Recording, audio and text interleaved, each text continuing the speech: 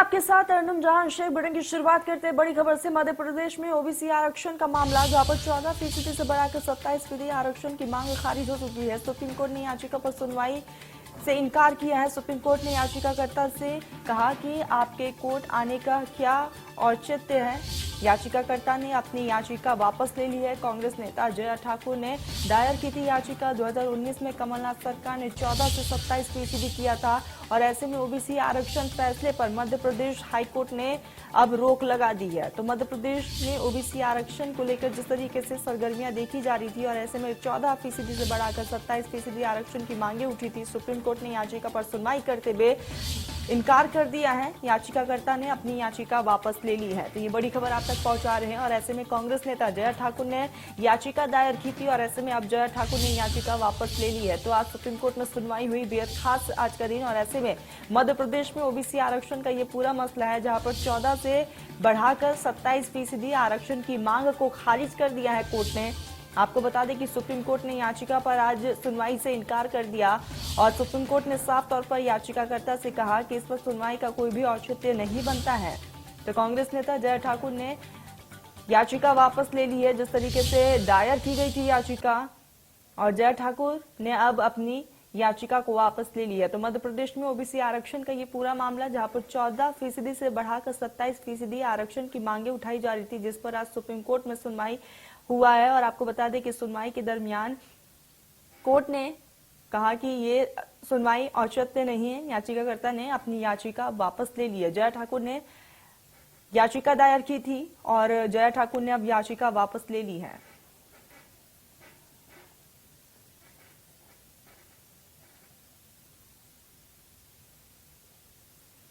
तो 14% से बढ़ाकर 27% करने की मांगे हो रही थी और सुप्रीम कोर्ट ने आज याचिका पर सुनवाई से इनकार किया है। कांग्रेस नेता जया ठाकुर ने दायर की थी याचिका और ऐसे में जया ठाकुर ने अब अपनी याचिका वापस ले ली है। फैसले पर मध्य प्रदेश हाईकोर्ट ने अब रोक लगा दी है। तो 14% से बढ़ाकर 27% आरक्षण की मांग खारिज कर दी है। आपको बता दें कि 14% से बढ़ाकर 27% की मांगे की जा रही थी और आज आरक्षण की मांग को लेकर सुप्रीम कोर्ट में सुनवाई हुई है, जहां पर याचिका को खारिज कर दिया है सुप्रीम कोर्ट ने। और कांग्रेस नेता जया ठाकुर ने याचिका दायर की थी और ऐसे में अब जया ठाकुर ने याचिका वापस ले ली।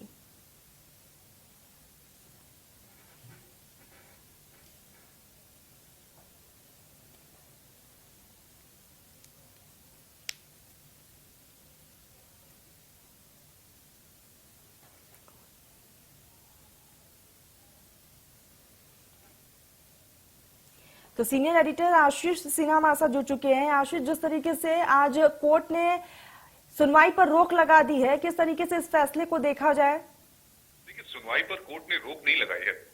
जो जया ठाकुर कांग्रेस की नेता हैं, उन्होंने सुप्रीम कोर्ट में जो याचिका दाखिल की थी, उसमें उन्होंने कहा कि जो हाईकोर्ट ने रोक लगाई है, जो कमलनाथ की सरकार थी तो उन्होंने 14% से बढ़ाकर 27% कर दिया था ओबीसी का आरक्षण, उस पर जो रोक लगाई थी उससे वो वेकेट करने आई थी।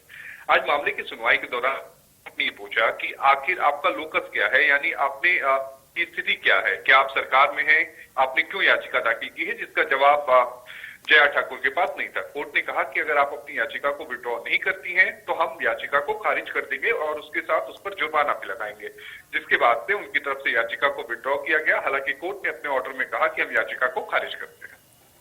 ठीक है, आप हमारे साथ जुड़े बहुत बहुत शुक्रिया आपका। तो 14% बढ़ाकर 27% आरक्षण की मांग को यहाँ पर खारिज कर दी गई है। तो मध्य प्रदेश में ओबीसी आरक्षण की मांगे काफी लंबे वक्त से उठाई जा रही थी, जहां पे 14% आरक्षण को बढ़ाकर 27% आरक्षण की मांग की जा रही है। ऐसे में आज सुप्रीम कोर्ट में इसकी सुनवाई हुई है और आपको बता दें कि सुप्रीम कोर्ट ने याचिका पर सुनवाई से इनकार किया है।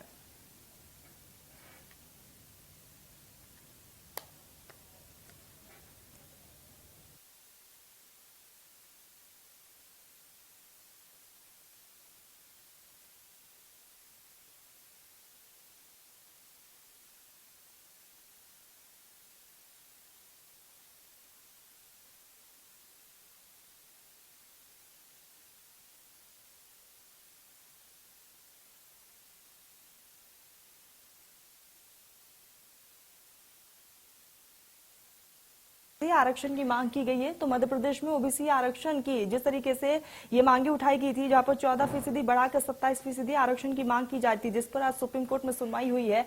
और ऐसे में सुप्रीम कोर्ट ने याचिका पर सुनवाई से इनकार कर दिया है। तो आपको बता दें कि कांग्रेस नेता जया ठाकुर ने याचिका दायर की थी और ऐसे में अब कांग्रेस नेता जया ठाकुर ने केस वापस ले लिया है और जिस तरीके से याचिका जो दर्ज की गई थी वो याचिका वापस ले ली गई है।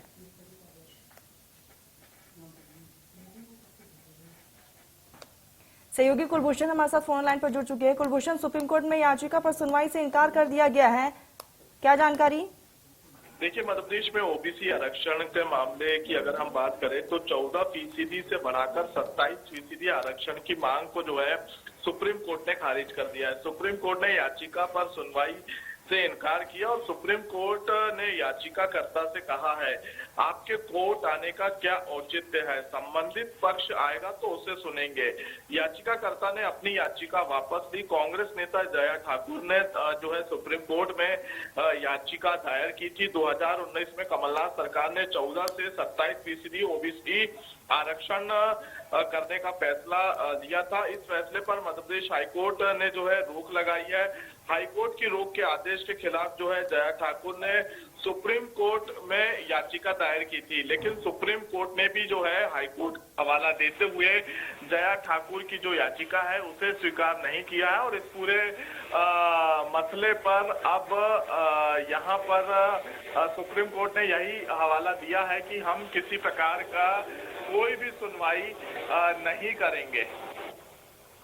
ठीक कुलभूषण, तमाम जानकारी के लिए बहुत बहुत शुक्रिया आपका। तो सुप्रीम कोर्ट ने याचिका पर सुनवाई से इनकार कर दिया है और आपको बता दें कि जिस तरीके से 14% से बढ़ाकर 27% आरक्षण की मांग को खारिज कर दिया गया है।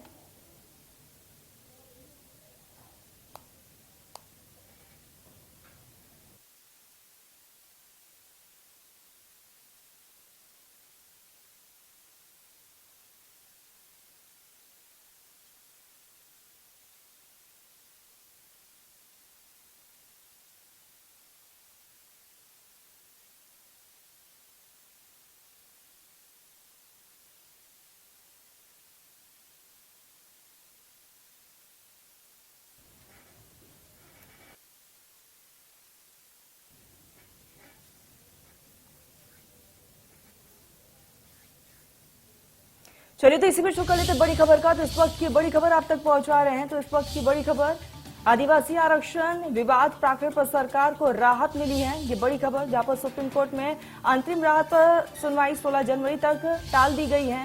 न्यायमूर्ति BR ग्वाई के सामने इसकी सुनवाई हुई है। ये बड़ी खबर, जहां पर सीनियर वकील अभिषेक मनु सिंघवी ने मांगा समय। तो सरकार का पक्ष जानना जरूरी है, सुप्रीम कोर्ट ने कहा है। तो यहाँ पर राहत दी गई है। सुप्रीम कोर्ट का साफ तौर पर कहना है कि सरकार का पक्ष जानना भी बेहद ज्यादा जरूरी है। तो आदिवासी आरक्षण विवाद प्रकरण पर सरकार को राहत मिल चुकी है। आपको बता दें कि सुप्रीम कोर्ट में अंतरिम राहत पर सुनवाई की गई 16 जनवरी तक के लिए टाल दी है। और जिस तरीके से न्यायमूर्ति BR ग्वाई के सामने ये सुनवाई हुई है, जहां पर सरकार को वक्त दिया गया है, सीनियर वकील अभिषेक मनु सिंघवी ने समय मांगा है और कोर्ट की तरफ से समय भी दिया गया है। सरकार का पक्ष सुनना जरूरी भी है और जानना भी जरूरी है, सुप्रीम कोर्ट का साफ तौर पर कहना है। और ऐसे में यहाँ पर वक्त दे दिया गया है और अभी हाल फिलहाल के लिए इस पूरे मामले पर सुनवाई जो है वो टाल दी गई है। 16 जनवरी तक सुनवाई को टाल दिया गया है, जहाँ पर साफ तौर पर कहना है न्यायमूर्ति BR ग्वाई के सामने ये सुनवाई हुई है।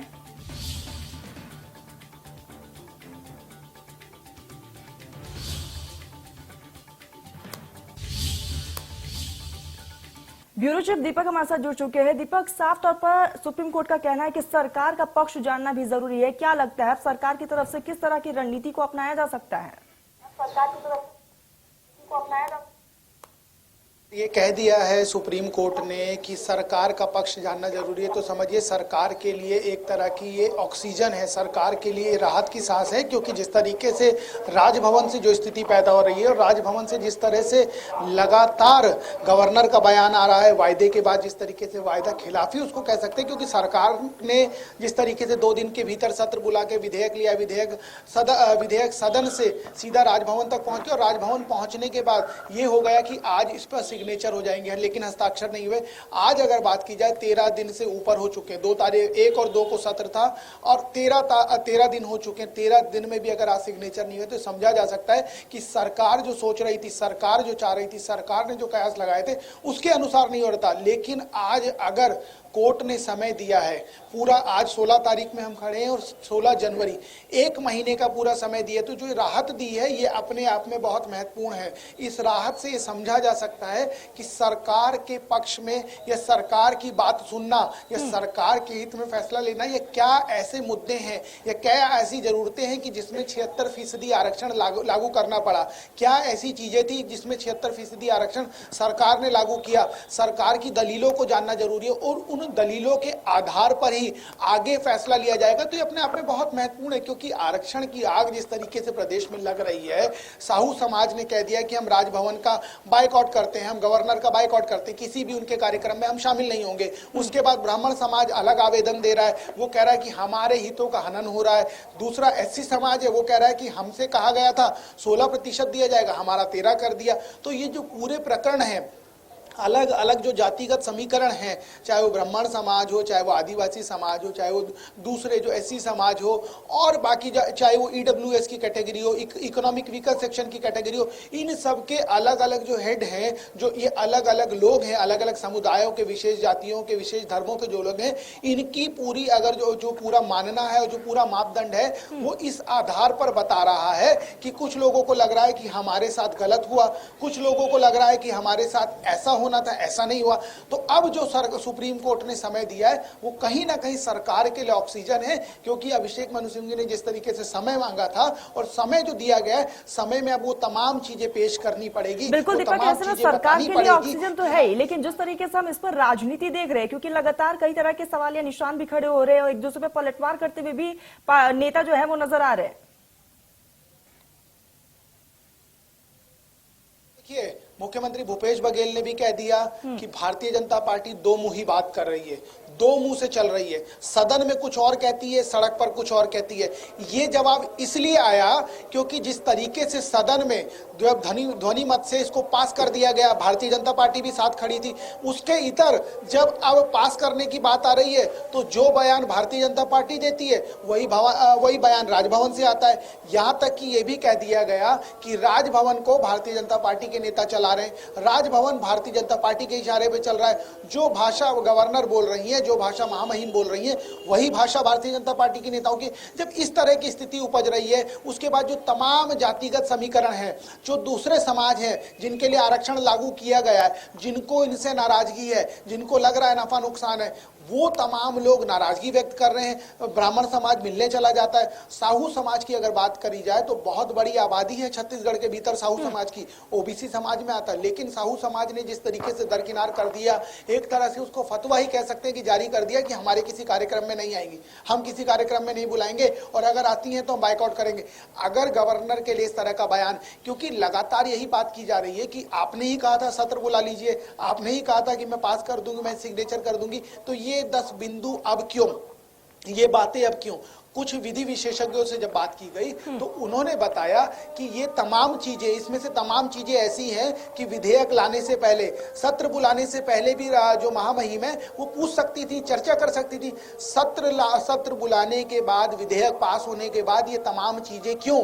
तो कहीं ना कहीं इस पूरे मामले के पीछे राजनीतिक बू नजर आ रही है, राजनीतिक षड्यंत्र नजर आ रहा है, जिसके पीछे चर्चा की जा रही है। और आज जिस तरीके से सुप्रीम कोर्ट में जो अर्जेंट हेयरिंग हुई थी, उस हेयरिंग में जो चीजें निकल के आई हैं, उससे एक चीज साफ हो गई कि सरकार को कहीं ना कहीं अपना पक्ष रखने का यहाँ मौका मिला है।